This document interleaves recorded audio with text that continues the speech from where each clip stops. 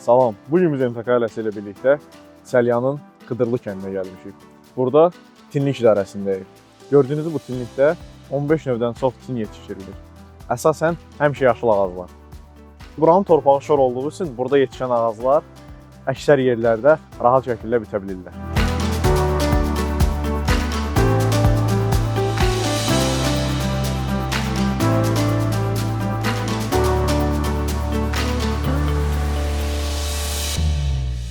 Gördüyünüz bu sahə böyütmə sahəsidir.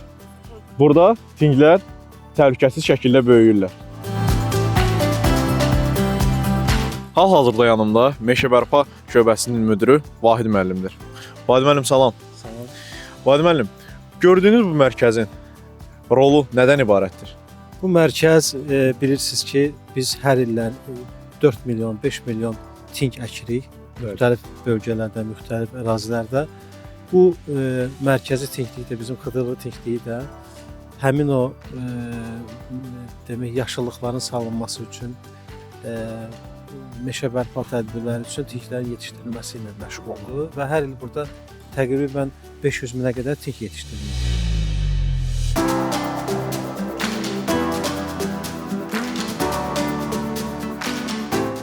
Hello, Mr. Nelson. Hi, how are you? Great, and how are you? Did you like? A great time today, actually, yes. So, how did you like our experience here? I simply love it.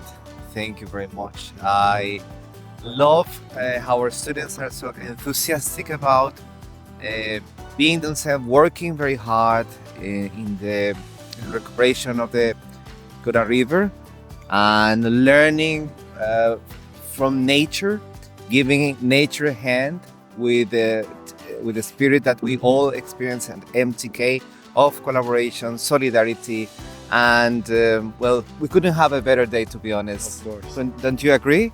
I agree, absolutely. I believe that nature is in alignment with our purpose to learn and to continue with this so noble purpose. So thank you very much. Thank you for this beautiful speech, Mr. Nelson.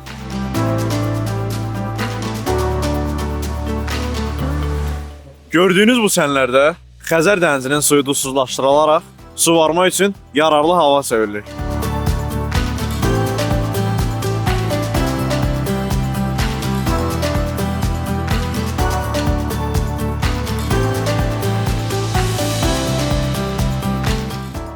Hal-hazırda biz Səbrabad rayonunun Mürsəlli kəndində yaşıllaşdırma işləri görürük. Tunzalə müəllimə, bizim buradakı işimiz nədən ibarətdir?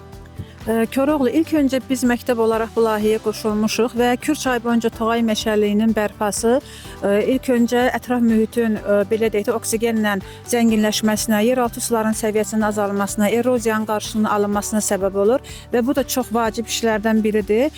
Biz bilirik ki, Toğay meşəliklərinin faydalarını saymaqla tükənməz. Bu həm torpaq qorucu kimi, həm atmosferin təmizlənməsinə, həmçinin iqlim dəyişikliklərinə müsbət təsir göstərir və ən əsası da heyvanların sonacaq yeri kimi fəaliyyət göstərir və biz bu istiqamətdə gördüyümüz işlər əminəm ki, çox önəmlidir və bu layihə davamlı olmağı tövsiyə ediləndir.